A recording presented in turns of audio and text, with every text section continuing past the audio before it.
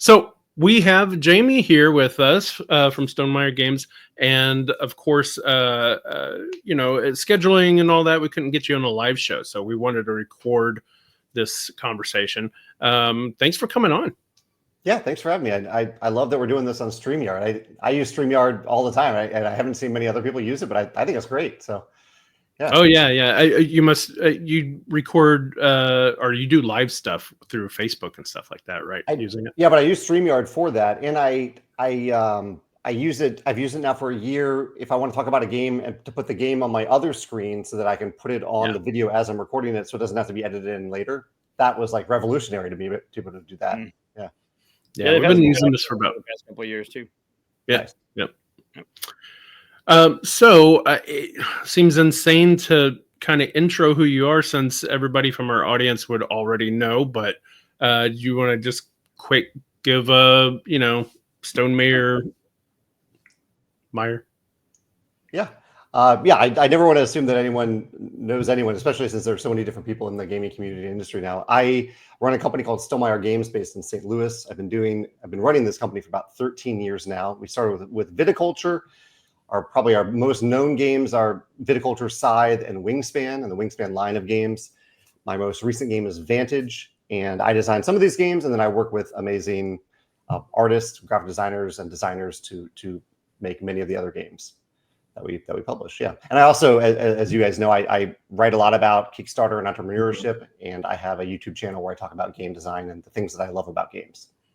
It seems so strange to just go, oh yeah, by the way, I write about Kickstarter and stuff because I've been doing Kickstarters and stuff since 2011 or something, which means I've been following your posts and stuff.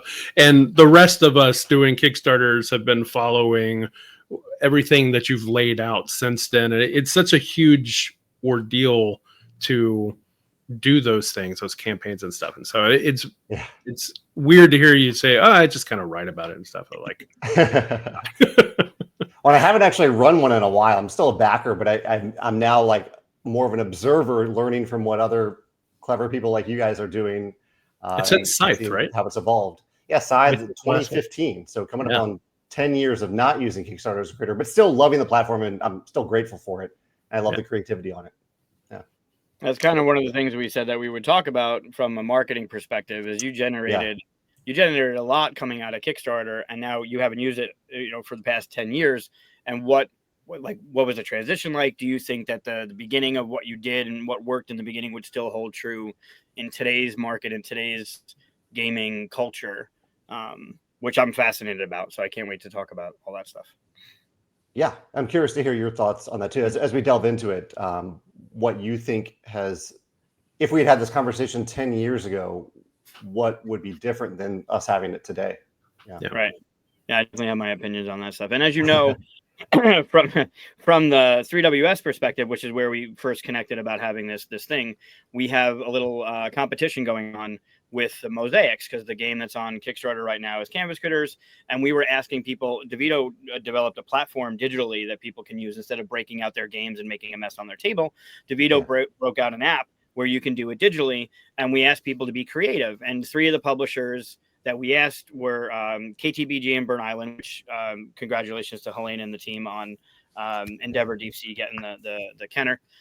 We also talked to Cardboard Alchemy because Peter's a friend of the show, and they have amazing art and amazing stuff that would work. And one of the big ones was you as well, because your span line, Scythe would be beautiful. Apiary's got beautiful art. So we asked people to kind of make whatever they wanted, but maybe if they focused on one of those publishers, that we would have the publishers on to look at and kind of judge their creativity and their favorites based on their stuff. And unfortunately, it hasn't garnered as much as we had hoped in the beginning. And as I sent you that email yesterday that said, hey, we haven't gotten as much as we wanted, we got, and Chris, if you can pull it up, we got one of the best ones submitted so far from a friend of ours, Alan from Costa Rica. He made this, and it's stunningly beautiful. Right, couldn't have been a half an hour after I sent you that email. We got this from Alan. Oh, wow. That's awesome. Right. So, and there's creativity across the board. Like I made one with the seagull and the French fry with my son, and a friend of ours Dave made an image of Flamecraft Duels, almost spot for spot. It was great.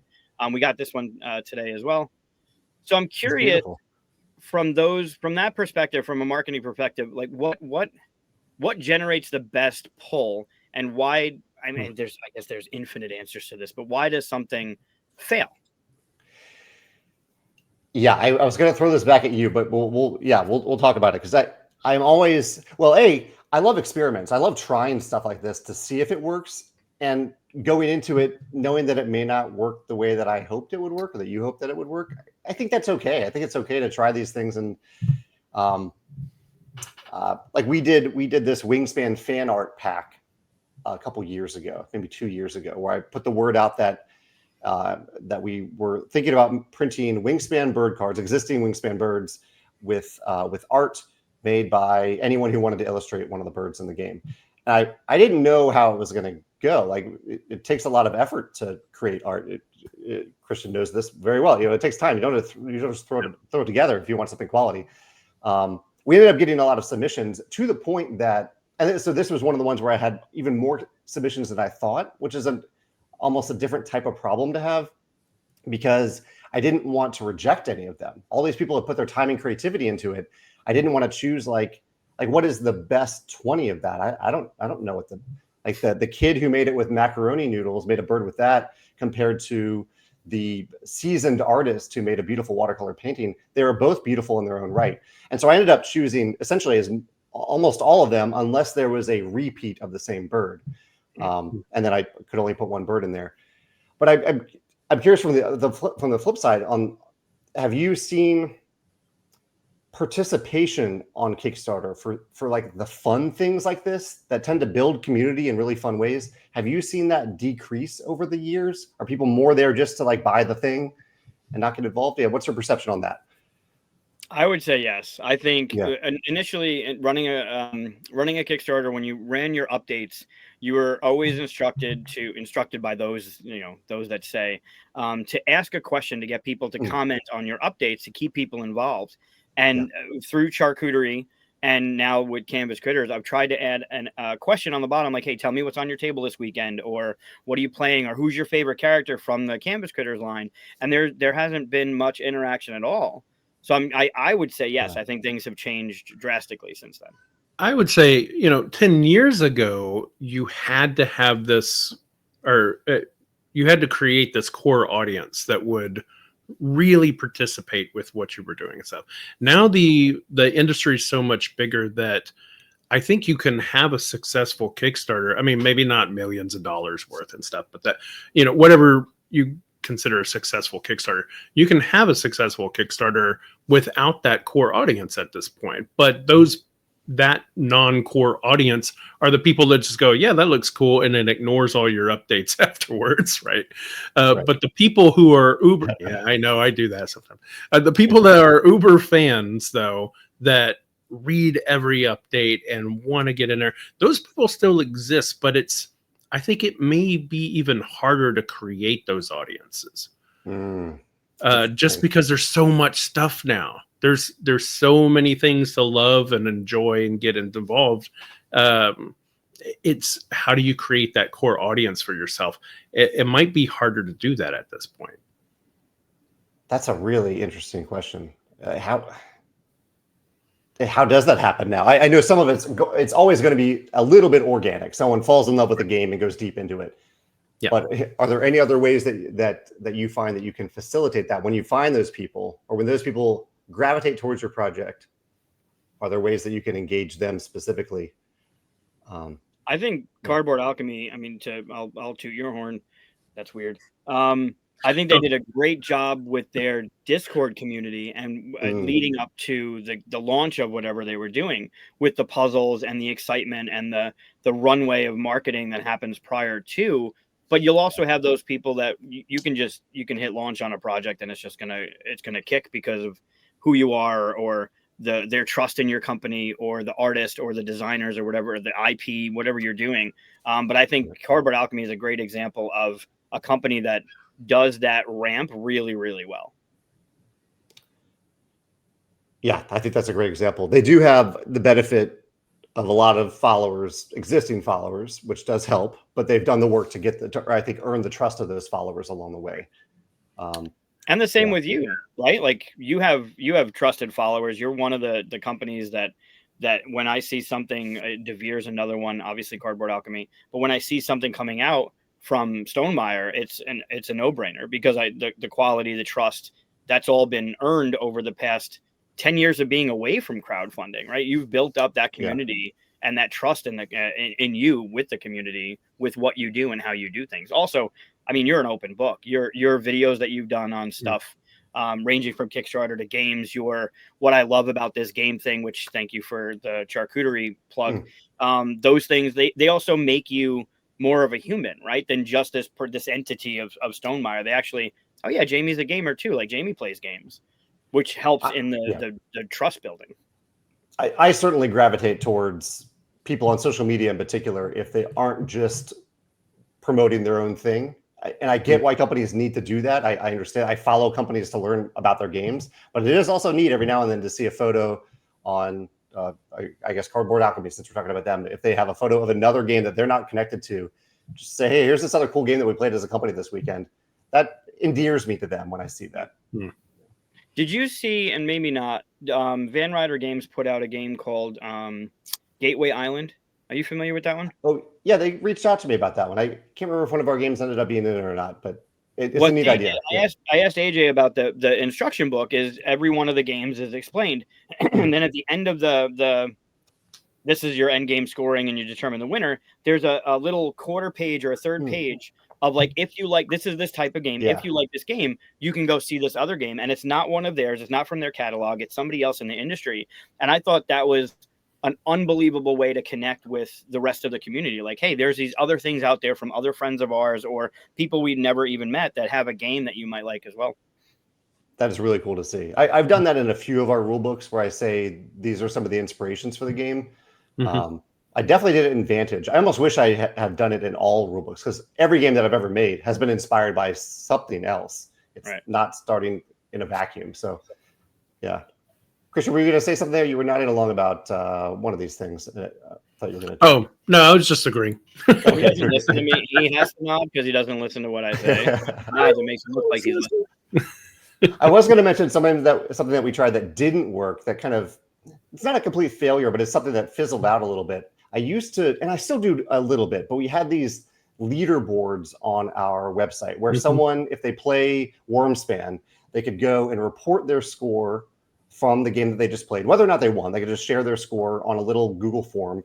And then the plan was once a month, I would go in and look at the top scores by player count and put them on our website and mention it in like the Facebook group, just to kind of highlight the people who are playing the game. It kind of fills part of my philosophy of showing people that other people are playing the game. I think kind of, I don't know. I think there's something good there. I don't know exactly what it is, but I think that's good. But I found that very few people actually use these leaderboards, even for our most popular games. And so it's one of those things that I thought would be a bigger thing. And now I do it maybe once a quarter, and there are maybe a few dozen on there. The most used one is Tapestry. A lot of people report on Tapestry. I don't know why that's the one, because it's not our most popular game. But that was one thing that I tried, like one of these little experiments that I tried that didn't turn out the way that I thought it would in terms of community building or highlighting people in the community. I could see reporting on Tapestry more than the other, because Tapestry, it's a Civ, so it's, I don't know, for whatever reason, it feels like you want to talk about. It's almost like a Civilization, where you're like, you did as well as Caesar, that kind of thing. Oh yeah. So maybe that's why, but I can see that. Yeah. Why do you think that? Do you think it's because it was too much work? Do you think it's because they're already reporting on like BG Stats or some other app that they didn't port it over? I think that is probably it. That app has become so popular for the type of person who wants to track their scores. Maybe I should just refer people to that, and I could probably, I don't know if that information is public or not. Are BG Stats public, or is it just tracking your own personal thing? I think you can. I don't do it. I don't get it. So I don't know. I understand. I appreciate people doing it, but I don't. I want to play the game and have fun. I don't want to remember that I lost or lost by a point or came in last by 2 points. I don't care. I think you can look at people's profiles and see how many games they played or something like that. I don't know how detailed that gets. You can always ask Aldi to make a scoreboard. That's a true. cool idea. That is a good idea. And we do have our own scoring app too, but it's just for people to calculate their scores and save it personally. There's no database behind it. Right. It seems like if you were able to tie it into like a posting your own pics of you winning or something like a little more something like that, where it got do it more like in Facebook or on whatever the other things are, X, whatever people, Blue Sky. That's what I was thinking of, not X, but whatever people are on and stuff. We've done because. Continue. Sorry. Well, I was just going to say, because if you post to your site, that only the people posting are seeing it, versus if you did it in a more out there kind of thing where people would see pictures and all that stuff, it would start bringing in more people. But when we were with Floodgate, or when I was not we collective, when I was with Floodgate, when Vault Wars came out, there was a card in there that you were instructed to like take a picture as the winner and then post it on social media. And that was one of the things we thought in 3WS with charcuterie, that there was this this pride in what you made as your charcuterie board, which I assume, maybe wrongly, that'll happen with the mosaics that you make in Canvas Critters. But there was this inherent need to share, because social media, we love sharing the good stuff, share this beautiful charcuterie board you made of these things. And unfortunately, like it's the same thing. There isn't as much of that. I mean, you have to tag it in order to properly like track it, right? But I don't see it, even in our own Discord. I don't see a lot of people sharing that image, that photo of I'm the winner, or look at what I made. I don't know why. Yeah, I like the spirit of that a lot, especially with charcuterie or something where you've built something aesthetically pleasing. The idea of encouraging people, like reminding people, like, hey, you can take a photo of this and share it in some way. When games include that card to say, hey, take a picture with the card, say you won, I never think to actually use that card. But I do often think to share that beautiful thing. And I wish there was a better way to remind players that you can do that. Some people are going to do it anyway. Do you think it has to do with, so one of our earlier emails of this competition that we were having with the mosaics was about like ranking the best or giving out a prize, and your response was, I'm curious, you're rewarding the best, but you're not rewarding, or you're actually doing the opposite for the people that might not win. Why not celebrate everybody that participated?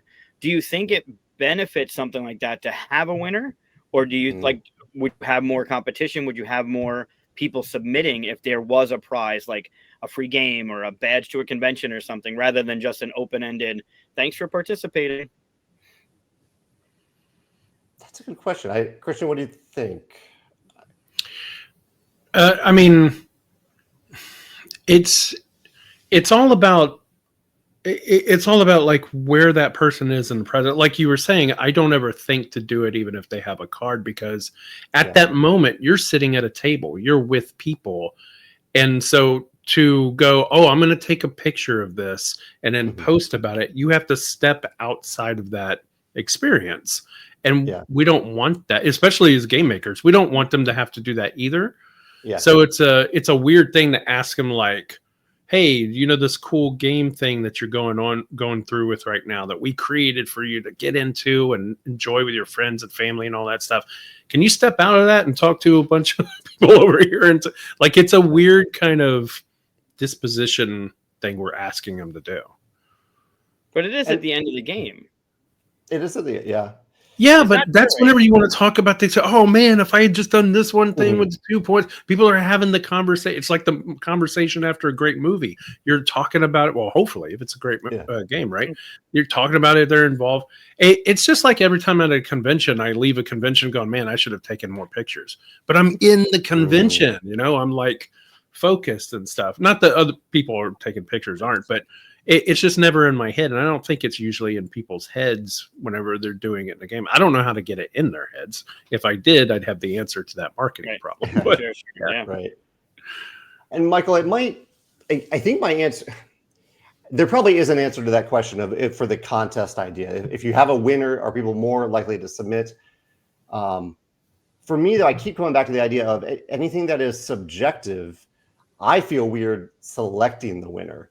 Right. If it's a subjective thing, if it's an aesthetic thing, because it is so subjective. If it's a more objective thing, like who got the highest score this month, or who, if it's, you know, a number, then I'm not making a judgment call. Then maybe, but for subjective stuff, I guess it puts me in an awkward position of choosing a winner based on our opinion. I don't know, because we already do that on our, like, we choose artists based on our opinion. We choose these things, people to pay for based on our decisions already. No. Yeah, I don't know.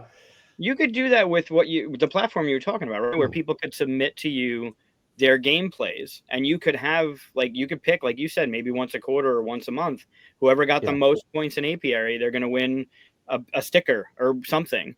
Do you think that would generate more submissions, more input into that thing?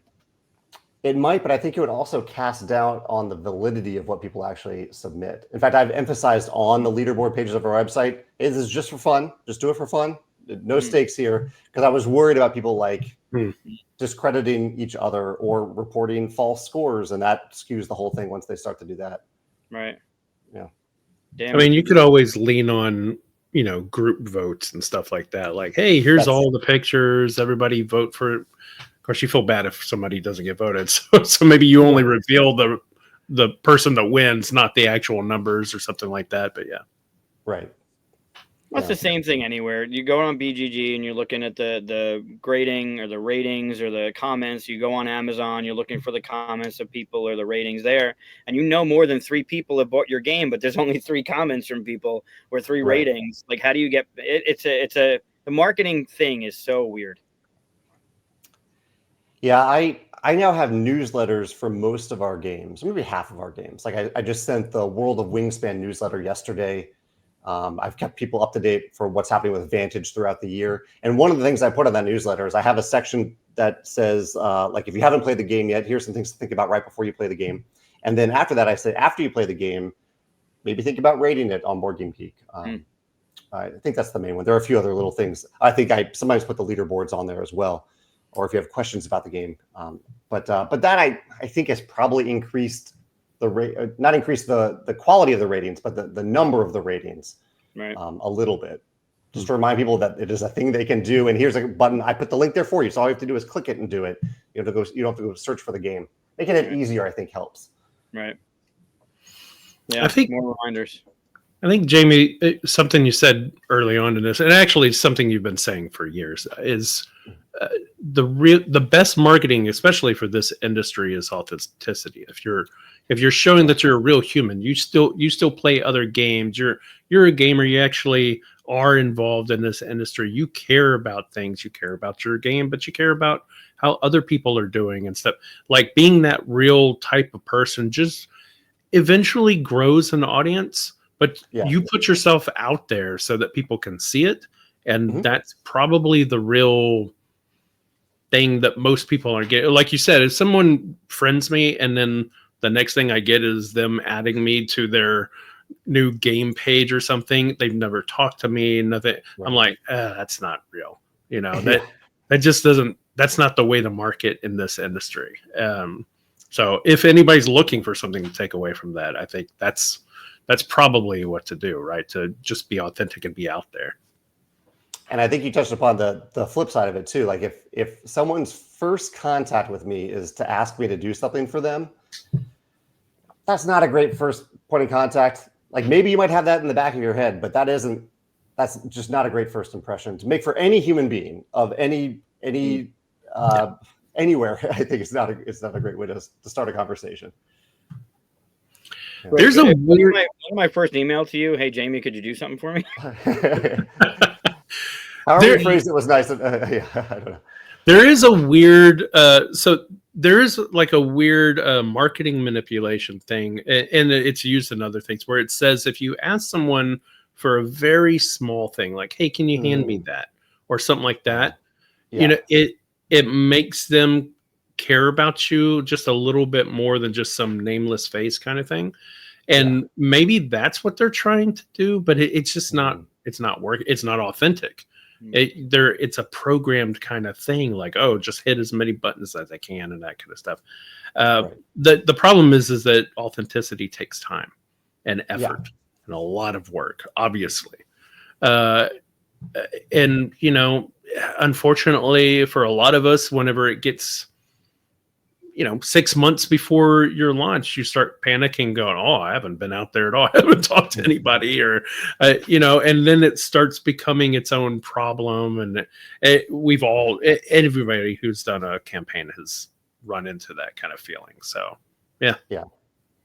Yep. And sometimes with those, like, I love relationship driven marketing. And like you said, it takes time. I think it has to come from a genuine place. And on the converse, I appreciate when people have followed my content and participated, and maybe in the back of some of their heads, they thought, hey, maybe Jamey will work with me as an artist someday, or work or publish my game.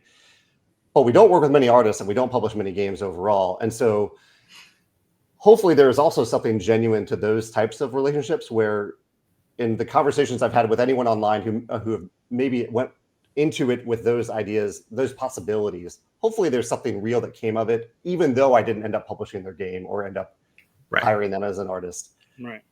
I've tried to enter those types of conversations with the same idea. Like, maybe this reviewer will never review my game, and that's okay, but I got to meet a cool person along the way, and that's great. Yeah. That's something that Mike has talked about before, that I like that he hammers home. I never say anything that good, but and see, sometimes I listen to you, Mike, but it's rare. Once a year. He talks about being, this industry, they're full of real, genuine, awesome people, even names that people don't know, just gamers and stuff like that when you talk to them. And it's one of our favorite things about it. So, yeah. That's why we're all in it. That's why we love this industry. Yeah. Even through the marketing conundrums and the trying to throw things at the wall and see if they'll fit or work, or how many failures can you endure until you're like, well, none of this is working. We love it. We do it because we love it. Yeah. Awesome. Well, thanks for, I don't want to hold you too long, but thanks for jumping in and talking to us a little bit about this. I feel like we could do this forever, but I know you don't have forever, but. Well, I love that you guys have kept up your channel for so long too. This is actually just the idea that you have created content that benefits other people for such a long time is incredible.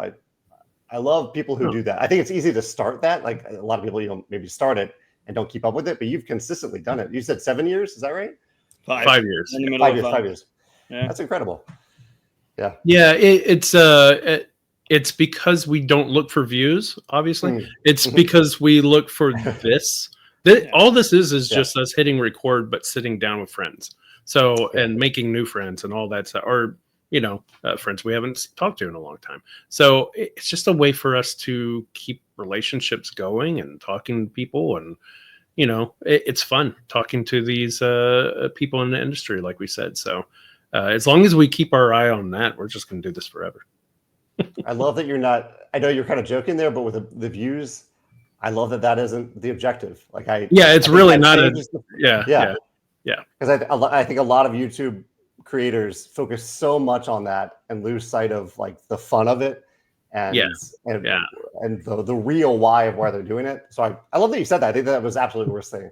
We've had people reach out to, at least I have, I don't know if you have, Mike, but say, hey, I got some ideas of what you could do to increase, and they're great ideas. Maybe we should be doing some and stuff like that. But since all our focus is really just sitting here, this time is our real focus. So, for good or bad, it's what's keeping us going. So we always said from the beginning, it was, if it stops being fun. Like, we don't like having the interview thing. We don't like that process. We'll promote and we'll play games that are coming to Kickstarter and games that we enjoy. But when this stops being fun, that's when we'll end or pivot hard. But the amount of times I've seen Chris in person, you can count on less than 7 times, maybe. Yeah, 5-6 times. Yeah, It's crazy. And we've been doing this for 5 years. My mom was even like, "How long have you known Chris?" Like, there was just something there that. And again, it kind of speaks to the industry as a whole. They're just mostly filled with some of the most genuine people, and we'll do this until it stops being fun. It's not about, and I get the views thing, right? Like, sure, you want to see. We get excited when there's 500 views on a video, and You go back Sure. and look at one that had 1,000 hits, like that's awesome. But for us, it's more of this. It's more of that genuine, like that building, that friendship building, relationship building, not only with industry folks, but people in the community, people, gamers, just hobbyists. I like that. I like Yeah. that. Someday we want to get you on our live show so you can talk to the people that talk Yeah. on our stuff too, because that would be awesome. So someday we'll make that time work. We'll make it work. Yeah. Awesome. Cool. Well, thanks for coming on. Yeah. Thanks, guys. I really appreciate this. Appreciate it, Jamey. Bye, buddy. All right. Take care.